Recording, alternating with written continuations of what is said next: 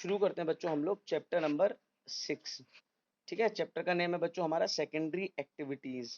ठीक है, हम सेकेंडरी एक्टिविटीज की बात करेंगे। तो सेकेंडरी एक्टिविटीज कौन सी होती हैं बच्चों? बेसिकली इस इन एक्टिविटीज को इंडस्ट्रियल एक्टिविटीज कहा जाता है। क्यों? क्योंकि इस सेक्टर में इंडस्ट्रीज आती हैं जहां पर मैन्युफैक्चरिंग की जाती है, यानी रॉ मटेरियल को फिनिश गुड में कन्वर्ट किया जाता है ताकि पास के मार्केट या दूर के मार्केट में ज्यादा अच्छे रेट में बेचा जा सके। ठीक है, तो यहाँ पर हम सेकेंडरी एक्टिविटीज की बात करेंगे बच्चों। चलो रीड करते चलते हैं, प्रॉपर तरीके से देखते जाना। जितनी भी इकोनॉमिक एक्टिविटीज हैं उन्हें प्राइमरी, सेकेंडरी, टर्शियरी या क्वाटरनरी कहा जाता है ना, जिसमें हम क्या करते हैं, अपने सर्वाइवल के लिए जो भी नेसेसरी रिसोर्सेज हैं उन्हें ऑब्टेन करते हैं, उन्हें यूटिलाइज करते हैं। सेकेंडरी एक्टिविटीज की बात करें तो इसमें क्या होता है बेटा, नेचुरल रिसोर्स की वैल्यू को ऐड किया जाता है। कैसे? हम रॉ मटेरियल को फिनिश गुड में कन्वर्ट करते हैं। जैसे हमें यहाँ पर वुड मिली, लकड़ी मिली, हमने इसको इंडस्ट्री में चेंज कर दिया चेयर या टेबल में, तो बेटा लकड़ी की वैल्यू ज्यादा है कि चेयर की वैल्यू ज्यादा है? तो चेयर की वैल्यू। ठीक है, तो हम क्या करते हैं, नेचुरल जो हमारे रिसोर्सेज हैं उनको, या हम बात करें रॉ मटेरियल को, फिनिश गुड में कन्वर्ट कर कर वैल्यूएबल प्रोडक्ट्स में कन्वर्ट करते हैं, उनकी वैल्यू बढ़ाते हैं। कॉटन, अगर जिसकी हम बॉल के रूप में बात करें, जो फ्लावर के ऊपर लगी हुई कॉटन है ना, उसके लिमिटेड यूजेस हैं, उसका बहुत कम लिमिटेड यूज है, उसको धागे में बदला जा सकता है। लेकिन अगर एक बार धागे में बदल जाए तो वो ज्यादा वैल्यूएबल हो जाता है, क्योंकि उससे कई चीजें बनाई जा सकती हैं, जैसे उससे अलग अलग तरीके के कपड़े बनाए जा सकते हैं। इसी तरीके से आयरन ओर की बात करें तो हम डायरेक्टली आयरन ओर का यूज नहीं कर सकते कि हमने माइन से निकाला आयरन ओर। आयरन ओर क्या होता है? पत्थर होता है बेसिकली। उस रॉक को थोड़ी ना यूज कर लेंगे कहीं पर भी कि टेबल बना लें कुछ भी। लेकिन अगर एक बार उसे स्टील में कन्वर्ट कर दिया जाए तो उसकी वैल्यू बढ़ जाती है और उससे बहुत सारी वैल्यूएबल मशीन्स वगैरह, टूल्स वगैरह बनाए जा सकते हैं। तो बेटा ये पूरी तरीके से ट्रू है कि जितने भी मटेरियल्स हैं ज्यादातर जो हमें फार्म से मिलते हैं, फॉरेस्ट से, माइन से मिलते हैं, सी से मिलते हैं, उन सबके लिए यही बात लागू होती है। सेकेंडरी एक्टिविटी बेटा इसी चीज से कंसर्न्ड है, यानी यहाँ पर मैन्युफैक्चरिंग प्रोसेस चलती है और कंस्ट्रक्शन का काम किया जाता है इंडस्ट्रीज के अंदर। तो टर्म को समझते हैं, मैन्युफैक्चरिंग टर्म क्या होती है। ठीक है, मैन्युफैक्चरिंग टर्म को हम यहाँ पर समझने की कोशिश करेंगे कि मैन्युफैक्चरिंग टर्म क्या है। तो बच्चों अगर मैं मैन्युफैक्चरिंग टर्म का यूज कर रहा हूं तो मैन्यू मतलब होता है हाथ से, फैक्चरिंग मतलब होता है बनाना। ठीक है, तो मैन्युफैक्चरिंग एक ऐसी टेक्निक थी जो बेसिकली हैंडीक्राफ्ट प्रोडक्शन से जुड़ी हुई थी, जिसमें हम क्या करते थे, हाथ से ही आयरन को मोल्ड करना, स्टील बनाना, स्टैंपिंग करना, स्टैंपिंग के द्वारा प्लास्टिक के टॉयज वगैरह बनाना, कंप्यूटर के पार्ट्स को असेंबल करना, है ना, या स्पेस में जाने वाले व्हीकल्स वगैरह बनाने वगैरह, सब सारे काम हमारे मैन्युफैक्चरिंग इंडस्ट्रीज के अंदर में आते हैं। हर एक प्रोसेस में एक कॉमन कैरेक्टरिस्टिक है कि हर एक प्रोसेस, चाहे वहां टॉय बन रहा हो, चाहे लोहा बन रहा हो, चाहे वहां पर स्पेस क्राफ्ट्स बन रहे हो, हर जगह पावर का यूज होता है, बहुत बड़े लेवल पे प्रोडक्शन किया जाता है आइडेंटिकल यानी एक जैसे प्रोडक्ट्स का। यानी मतलब समझो बच्चों, अगर आप आयरन एंड स्टील इंडस्ट्री में जाओगे तो वहां पर सिर्फ और सिर्फ आयरन एंड स्टील प्रोड्यूस किया जा रहा होगा। अगर आप किसी और इंडस्ट्री में जा रहे होगे तो वहां पर कार में जा रहे होगे तो सिर्फ कार प्रोड्यूस की जा रही होगी बहुत बड़े स्केल पर। यहाँ पर स्पेशलाइज्ड लेबर होती है ना, फैक्ट्री सेटिंग्स के अंदर, जो कि क्या करती है, स्टैंडर्डाइज्ड कमोडिटीज को प्रोड्यूस करती है। यानी एक पर्टिकुलर स्टैंडर्ड की अच्छी क्वालिटी की कमोडिटीज को प्रोड्यूस करने के लिए जरूरी होती है। मैन्युफैक्चरिंग का इस्तेमाल, मैन्युफैक्चरिंग प्रोसेस मॉडर्न पावर के द्वारा की जा सकती है, मशीनरी के द्वारा की जा सकती है, या हो सकता है प्रिमिटिव लेवल पे की जाए। प्रिमिटिव मतलब वही पुराना तरीका हाथ से प्रोड्यूस करने वाला। अगर हम बात करते हैं थर्ड वर्ल्ड कंट्रीज की, थर्ड वर्ल्ड कंट्रीज, बच्चों आप लोगों को मुझे बताना है थर्ड वर्ल्ड कंट्रीज कौन से होंगे, तो आप मुझे ये होमवर्क में बताएंगे थर्ड वर्ल्ड कंट्रीज कौन से हैं। ठीक है, third world countries still manufacture in the literal sense, यानी थर्ड वर्ल्ड कंट्रीज हैं वो अभी भी लिटरल सेंस में यानी हाथ से ही प्रोड्यूस कर रहे हैं। ठीक है, ध्यान रखिएगा, थर्ड वर्ल्ड कंट्रीज, तो अगर वो हाथ से प्रोड्यूस कर रहे हैं तो डेवलप्ड हो गए कि अभी डेवलपिंग या अंडर डेवलप्ड हो गए? हाँ बेटा, अंडर डेवलप्ड या डेवलपिंग कंट्रीज में आएंगे, क्योंकि अभी भी हाथ से ही प्रोडक्शन चल रहा है यहाँ पर। तो it is difficult to present a full picture. तो एक प्रॉपर पिक्चर प्रेजेंट कर पाना जहां पर जितने भी कंट्रीज हैं जो मैन्युफैक्चरर हैं वो आ सके एक ही तरीके की कैटेगरी में, थोड़ा सा मुश्किल हो जाता है। अब हम थोड़ा सा यहाँ पर जोर देंगे इंडस्ट्रियल एक्टिविटीज पर। ठीक है, जिसमें एक लेस कॉम्प्लिकेटिव सिस्टम होता है प्रोडक्शन का, उसके बारे में हम बात करेंगे। तो इसके बारे में जानने के लिए बेटा हमें सबसे पहले जानना पड़ेगा जो इंडस्ट्रीज होती हैं उनके क्लासिफिकेशन है, उनके पहले सबसे पहले समझते हैं कैरेक्टरिस्टिक्स को, कि मॉडर्न लेवल की जो लार्ज स्केल मॉडर्न यानी आज के वक्त की जो बड़े स्केल की मैन्युफैक्चरिंग इंडस्ट्रीज हैं, उनमें क्या-क्या चीजें पाई जाती हैं। ठीक है? बच्चों ध्यान से देखिएगा, टॉपिक वाइज़ समझाता जाऊँगा। इनको मार्क कर लीजिएगा, इम्पोर्टेंट क्वेश्चन बनता है बोर्ड के पॉइंट ऑफ व्यू से। What are the characteristics of modern large scale manufacturing industries? ठीक है? तो याद रखिएगा, हेडिंग्स बना के याद रखना है। पहला heading, specialisation of skills methods of production, यानी यहाँ पर जो लेबर काम कर रही होती है उसके पास स्पेशलाइजेशन होती है उस पर्टिकुलर चीज को प्रोड्यूस करने की। ठीक है? ताकि मास प्रोडक्शन किया जा सके, है ना? हर एक वर्कर बहुत तेजी से काम को पूरा कर सके। तो इसलिए यहाँ पर हमें स्पेशलाइज्ड लेबर की ज़रूरत पड़ती है। मैकेनाइज़ेशन, मैकेनाइज़ेशन का मतलब है मशीन्स का यूज़। बड़ी-बड़ी जो लार्ज स्केल इंडस्ट्रीज़ हैं मॉडर्न टाइम की, उनमें बहुत बड़ी-बड़ी मशीन्स का यूज़ किया जाता है, गैजेट्स का यूज़ किया जाता है, जो कि खुद से चलती हैं। यानी बिना इंसानी मदद के वो खुद से प्रोडक्शन का काम करती हैं, वो खुद ही सोच सकती हैं, इसलिए एआई, आर्टिफिशियल इंटेलिजेंस कहलाती हैं। इस तरीके की मशीन्स का मॉडर्न इंडस्ट्रीज में यूज किया जाता है। अगला है टेक्नोलॉजिकल इनोवेशंस।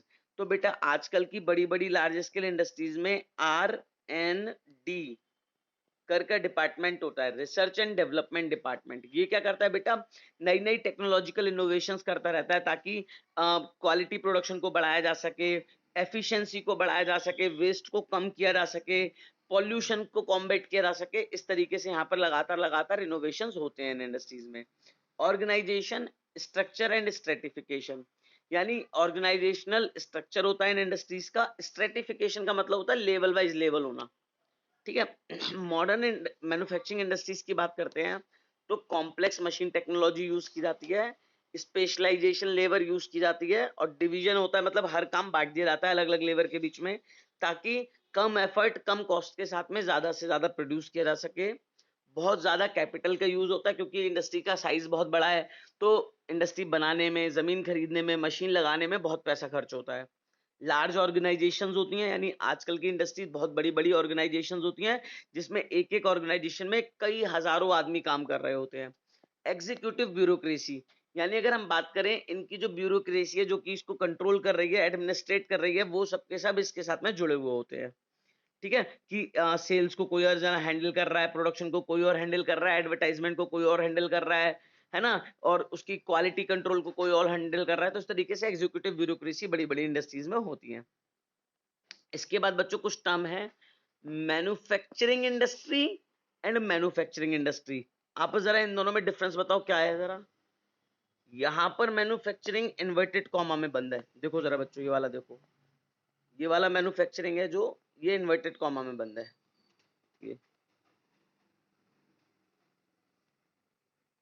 ठीक है, मैन्युफैक्चरिंग इंडस्ट्रीज में ये वाला, ये है इन्वर्टेड कॉमा में बंद, और ये पूरा का पूरा इन्वर्टेड कॉमा में बंद है। यानी ऊपर वाली जो टर्म है इसमें हम इंडस्ट्रीज को मैन्युफैक्चर कर रहे हैं, जबकि नीचे वाली टर्म का मतलब है ऐसी इंडस्ट्रीज जिसमें हाथों से प्रोडक्शन किया जाता हो। तो मैन्युफैक्चरिंग वर्ड का लिटरल मीनिंग है हाथों से प्रोड्यूस करना। लेकिन आज के समय पर जो गुड्स है वो मशीन से भी प्रोड्यूस की जाती हैं। इसमें एक ऐसी प्रोसेस यूज़ की जाती है जिससे रॉ मटेरियल को फिनिश गुड में ट्रांसफ़ॉर्म किया जाता है, हायर वैल्यू के प्रोडक्ट में बदला जाता है ताकि उसे लोकल मार्केट में या दूर-दराज के मार्केट में बेचा जा सके। कॉन्सेप्चुअली अगर हम देखें तो इंडस्ट्री एक ज्योग्राफिकली लोकेटेड मैन्युफैक्चरिंग यूनिट होती है। यानी किसी जगह पे बसी हुई मैन्युफैक्चरिंग यूनिट होती है, जहाँ पर खाते वगैरह मेंटेन किए जाते हैं, रिकॉर्ड रखा जाता है मैनेजमेंट सिस्टम वगैरह के बारे में। अगर हम इंडस्ट्री टर्म का यूज़ करते हैं तो एक कॉम्प्रिहेंसिव टर्म है, यानी इसमें बहुत सारी चीज़ें जुड़ी हुई हैं, जिसमें मैन्युफैक्चरिंग वर्ड भी इसके साथ में, मैन्युफैक्चरिंग का इसको सिनोनियम मान लिया गया है कि मैन्युफैक्चरिंग के लिए सिनोनियम है, यहाँ पर ही प्रोडक्शन का काम होता है। जैसे अगर हम बात करें स्टील इंडस्ट्री, केमिकल इंडस्ट्री, तो हमारे दिमाग में तुरंत ऐसी फैक्ट्रीज़, ऐसी प्रोसेसेज़ आती हैं जहाँ पर इन चीज़ों को प्रोड्यूस किया जाता होगा। लेकिन कई दूसरी तरीके की सेकेंडरी एक्टिविटीज़ हैं, जो जिन्हें हम फैक्ट्रीज़ के साथ में जोड़ नहीं सकते। जैसे एंटरटेनमेंट इंडस्ट्री, है तो इंडस्ट्री लेकिन वहाँ कोई फैक्ट्री नहीं है। टूरिज़्म इंडस्ट्री, इंडस्ट्री तो है लेकिन वहाँ पे कोई फैक्ट्री नहीं है। तो ये इस तरीके की इंडस्ट्रीज़ में ये कहेंगे मैन्युफैक्चरिंग इंडस्ट्री, इंडस्ट्री को मैन्युफैक्चर करना, है ना? अलग-अलग तरीके की इंडस्ट्रीज़ को मैन्युफैक्चर किया जाना। जबकि जो मैन्युफैक्चरिंग टर्म है, वो एक लार्जर एक्सप्रेशन को दिखाता है, यानी जब भी हमें ये दिखाना होगा जहां पर भी सिर्फ प्रोडक्शन का काम चल रहा हो, तो वहां पर हम सिर्फ मैन्युफैक्चरिंग इंडस्ट्री पूरी कंबाइंड टर्म का यूज करेंगे। ठीक है, आते हैं बेटा अनइवन ज्योग्राफिक डिस्ट्रीब्यूशन पर, कि हमारे अर्थ पर अगर हम बात करें अलग अलग कंट्रीज में इंडस्ट्रीज का जो डिस्ट्रीब्यूशन है वो अलग अलग तरीके का है। ठीक है, ज्यादातर जो इंडस्ट्रीज हैं वो देखी जाएंगी तो कुछ ही पर्टिकुलर जगह पर ही कॉन्सेंट्रेटेड होती हैं। मतलब ऐसा रीजन जो कि डेवलप्ड है ना, एग्लोमेरेटेड है, जहाँ पे मार्केट बड़ा है, ऐसी जगह पर इंडस्ट्रीज बहुत ज्यादा होती हैं। जैसे हमारा बेस्ट एग्जांपल है एनसीआर, ठीक है, नेशनल कैपिटल रीजन। तो यहाँ पर बहुत ज्यादा इंडस्ट्रीज हैं। जबकि कुछ जगह ऐसी है जहाँ पर जगह बहुत ज्यादा है लेकिन इंडस्ट्रीज बहुत कम है। ठीक है, these cover less than 10% of the world, यानी इंडस्ट्रीज जो है हमारे देश दुनिया की ज्यादातर इंडस्ट्री वो दुनिया के सिर्फ 10% से कम एरिया में बसी हुई हैं। ऐसे नेशंस जो कि इकोनॉमिक और पॉलिटिकल पावर है वहां पर इंडस्ट्रीज ज्यादा होती हैं। अगर हम टोटल कवर्ड एरिया की बात करते हैं तो मैन्युफैक्चरिंग साइट्स हैं, है ना, are much less conspicuous and concentrated on much smaller area than that of agriculture due to greater intensity of process. मतलब समझो बेटा, एग्रीकल्चर से अगर हम कंपेयर करके देखें, एग्रीकल्चर के साथ में अगर हम कंपेयर करें इंडस्ट्री को, तो एग्रीकल्चर बहुत बड़े एरिया में फैला हुआ है अर्थ पर, जबकि इंडस्ट्रीज की प्रोसेसेस कॉम्प्लेक्स होने की वजह से इन्हें एक ही छत के अंदर में की जाती है सारी प्रोसेसेस, इसीलिए इनका एरिया कंपैरेटिवली कम है। अगर हम अमेरिका की बात करते हैं तो अमेरिकन कॉर्न बेल्ट में एग्जांपल के लिए लेके 2.5 स्क्वायर किलोमीटर की अमेरिकन कॉर्न बेल्ट है, जिसमें 4 बड़े बड़े फार्म्स आते हैं, जिसमें हार्डली 10 से 20 वर्कर काम करते हैं। For example, American Corn Belt usually includes about 4 large farms, about 10 to 20 supporting, है ना, 50 to 100%, यानी 10 से 20 वर्कर होते हैं जो 50 से 100 लोगों को सपोर्ट करने का काम कर रहे होते हैं। लेकिन अगर हम इतना ही बड़ा एरिया देखें जो कि फैक्ट्री में चला जाए, तो वहां पर थाउजेंड ऑफ वर्कर्स को काम मिलता है। ठीक है, तो एक एग्रीकल्चर है, बहुत बड़े एरिया पर है, तो इतनी एम्प्लॉयमेंट नहीं प्रोवाइड कर पा रहा। अगर उतने ही एरिया में इंडस्ट्री हो तो बहुत ज्यादा क्वांटिटी में एम्प्लॉयमेंट प्रोवाइड कर सकती है। इसके बाद, why do large scale industries choose different location? जो लार्ज स्केल एलएसआई बोलूंगा, ठीक है, आपके बारे में, एलएसआई इंडस्ट्रीज होती है वो अलग अलग लोकेशंस क्यों चूज करती हैं, इसके क्या कारण है? तो मैं फैक्टर्स बताता हूँ, कुछ ऐसे फैक्टर्स जिनके बेसिस पर इंडस्ट्रीज को लोकेट किया जाता है। तो आप लोग बच्चों कॉपी पर जब नोट्स बनाओगे तो इस तरीके से हेडिंग बनाओगे, factor responsible for industrial location, ठीक है, ऐसे करके आप पॉइंट बनाओगे। उसके अंदर में पहला पॉइंट बनेगा एसेस टू मार्केट। बच्चों मैं आप लोगों को इतना पूरा डीपली नहीं पढ़ाता हूं, मैं आपको समझाता हूं कि बेसिकली है क्या कॉन्सेप्ट। आप लोग समझिएगा कि इंडस्ट्रीज ऐसी जगह खोली जाती हैं जहां से मार्केट पास में हो।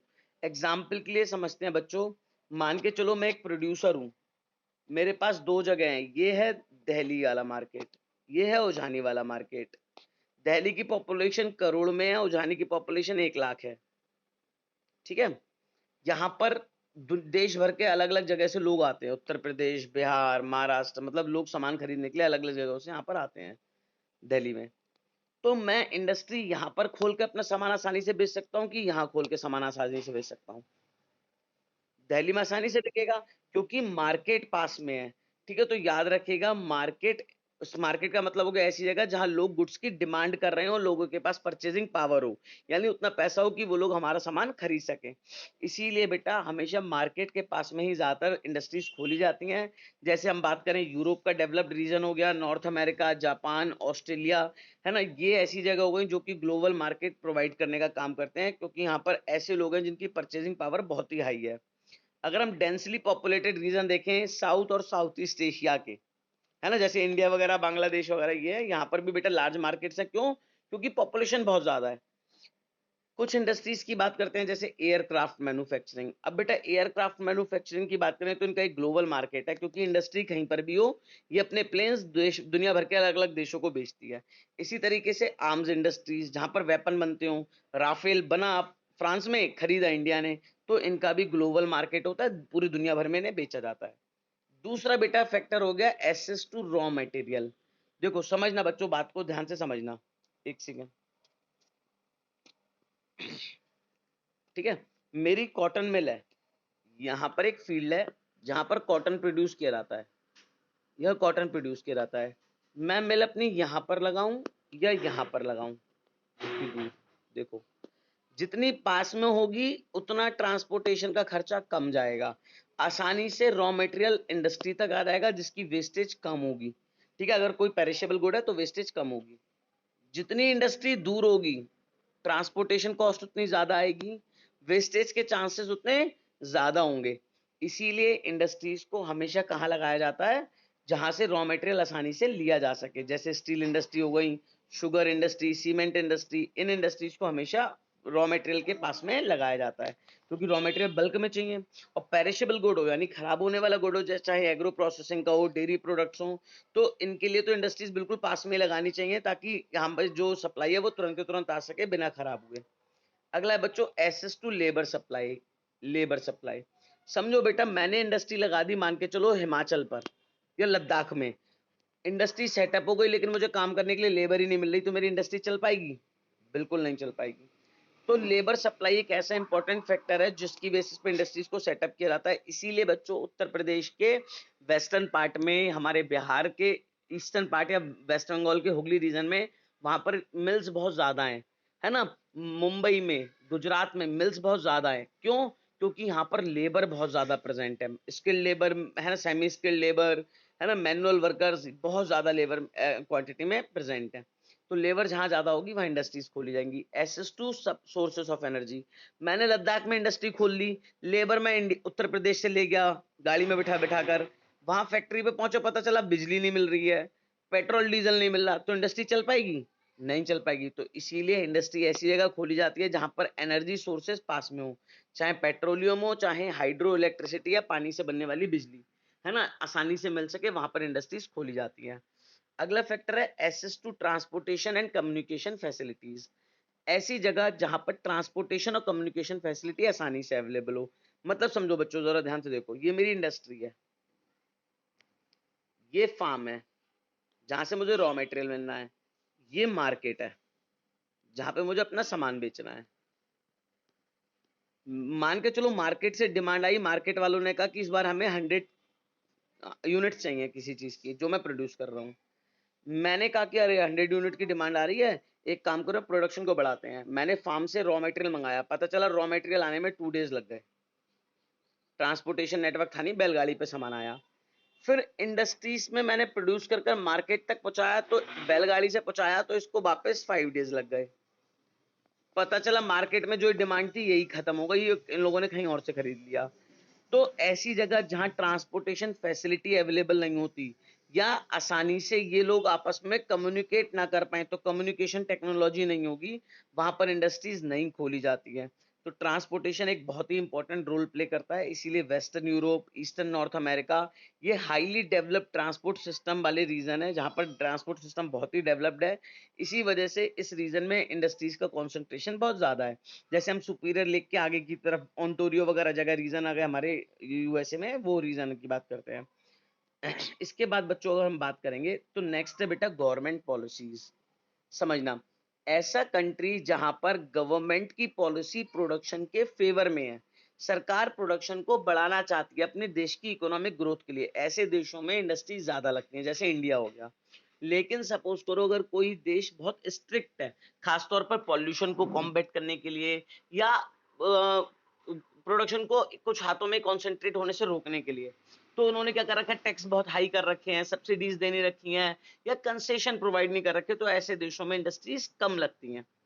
ठीक है, तो गवर्नमेंट पॉलिसी फेवरेबल होनी चाहिए। नेक्स्ट पॉइंट आता है बच्चों एसेस टू एग्लोमरेशन इकोनॉमीज और लिंक बिटवीन इंडस्ट्रीज। मतलब समझते हैं बच्चों कि ऐसी इंडस्ट्रीज जो कि आपस में एक दूसरे से जुड़ी हुई हो, इकोनॉमीज आपस में जुड़ी हुई हो, या जैसे बेस्ट एग्जांपल बात करते हैं, मान के चलो मैंने एक इंडस्ट्री खोली दिल्ली में जो कि बॉर्नवीटा बनाने का काम करती है। ठीक है, जो बॉर्नवीटा बना रही है, यहाँ पे मैं बॉर्नवीटा बना रहा हूँ, तो मैं बॉर्नवीटा बनाऊंगा, लेकिन कई चीजें ऐसी होंगी जिन्हें मुझे मार्केट से खरीदने की जरूरत पड़ेगी। जैसे उसको डिब्बा खरीदना होगा, कार्टन्स खरीदने पड़ेंगे उसको पैक करने के लिए, रैपिंग के लिए उसके लिए टेप्स वगैरह लेने पड़ेंगे या और दूसरी चीज़ों की ज़रूरत पड़ेगी, जैसे उसकी लिड की ज़रूरत पड़ेगी, है ना? जो उसको सील पैक करते हैं उसके डिब्बे को, तो उसकी चीज़ की ज़रूरत पड़ेगी। तो ये सब चीज़ें मैं अपनी इंडस्ट्री में थोड़ी ना प्रोड्यूस करूँगा, ये मैं आस-पास की इंडस्ट्री से खरीदूँगा। तो जहाँ पर इस तरीके की लिंकेजेस दूसरी-दूसरी इंडस्ट्रीज़ में ज़्यादा होती हैं, वहाँ इंडस्ट्रीज़ बेसिकली ज़्यादा खुलती हैं। क्यों? क्योंकि इसके बेसिस पर क्या करा जाता है, लिंकेजेस की वज़ह से सेविंग्स बढ़ जाती हैं, यानी इंडस्ट्री को ज़्यादा पैसा खर्च करने की ज़रूरत नहीं पड़ती, वो दूसरी इंडस्ट्री को उतना कॉन्ट्रैक्ट दे देती है ना? ताकि वो वहाँ से खरीद ले। जैसे मान के चलो कोका कोला की वो इंडस्ट्री है, तो वो क्या कर रही है, कोल्ड ड्रिंक तो खुद बना रही है, लेकिन बोतल किसी और से खरीद रही है। तो क्या हुआ, बोतल बनाने का जो इतना महँगा खर्चा था, सेटअप था, वो उसे खुद नहीं करना पड़ा। अब समझते हैं फुटलूज़ इंडस्ट्रीज़ कौन-सी होती हैं। बहुत आसानी से समझते हैं बेटा, फुटलूज़ इंडस्ट्रीज़ उन इंडस्ट्रीज़ को बोलते हैं जो अपना रॉ मटेरियल किसी एक स्पेसिफिक जगह से नहीं कलेक्ट करती। यानी ये अपना रॉ मटेरियल कहीं से भी ले सकती हैं, लोकल मार्केट से भी कलेक्ट कर सकती हैं। ऐसी इंडस्ट्रीज़ को हम फुटलूज़ इंडस्ट्रीज़ के नाम से जानते हैं। ठीक है? याद रखिएगा, छोटी-सी चीज़ है। फुटलूज़ इंडस्ट्री कौन-सी हो गई? हमने उझानी में इंडस्ट्री खोल ली जो उझानी से ही रॉ मटेरियल कलेक्ट कर ले रही है। वो बनायों से रॉ मटेरियल कलेक्ट कर रही है, किसी गाँव से ले रही है, लेकिन उसे किसी स्पेसिफिक जगह की ज़रूरत नहीं है। ऐसी इंडस्ट्रीज़ हमारी फुटलूज़ इंडस्ट्रीज़ कहलाती हैं। बच्चों, classification of manufacturing industries. Manufacturing industries का क्लासिफिकेशन कैसे किया गया, इसको नेक्स्ट पार्ट में पढ़ेंगे। ठीक है? आज के लिए सिर्फ़ इतना ही।